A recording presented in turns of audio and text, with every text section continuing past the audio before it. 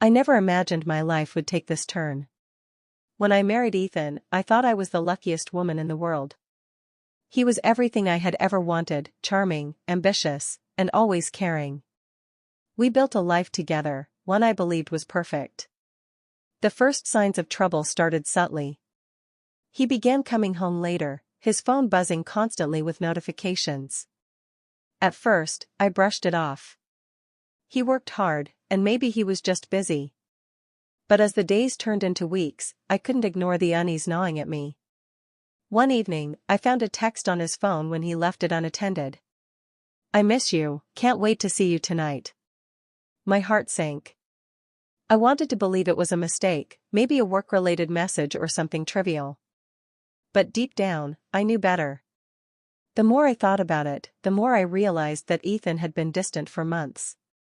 He was less affectionate, less interested in our conversations, and seemed to have an endless list of excuses for why he was always so tired. But what hurt the most was the silence. He didn't talk to me about it, he just let it build. I confronted him one night after dinner. "Ethan, is there something you need to tell me?" My voice trembled, but I needed the truth. He hesitated, his face turning pale. "What are you talking about?" he asked, pretending not to know. "The texts. The late nights. I know something's going on." I could see the guilt in his eyes. He sighed deeply, and for the first time in our marriage, I saw him defeated. "I never meant for it to happen, but I've been seeing someone else." The words hit me like a slap. My mind raced, but I couldn't form a single coherent thought. How could he do this? How could he betray everything we had built? "I'm so sorry, Clara. I never wanted to hurt you," he said, his voice shaking. "I love her, and I don't know what to do. I don't want to lose you, but I can't keep lying." I stood there, frozen. It felt like the world was spinning around me. My hands trembled, my chest tight. The man I thought I knew, the man I had loved for years, was a stranger to me now. I didn't know what to say. "How long?" I whispered, barely able to get the words out.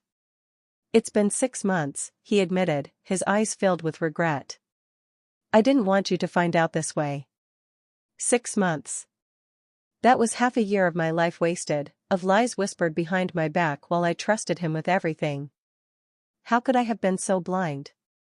"You need to leave," I finally said, my voice cold, distant, a reflection of the anger and betrayal I felt. "I don't want to, Clara.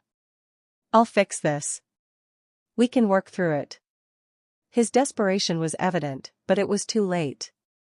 "No, Ethan," I said firmly, tears starting to spill from my eyes. "You've already made your choice.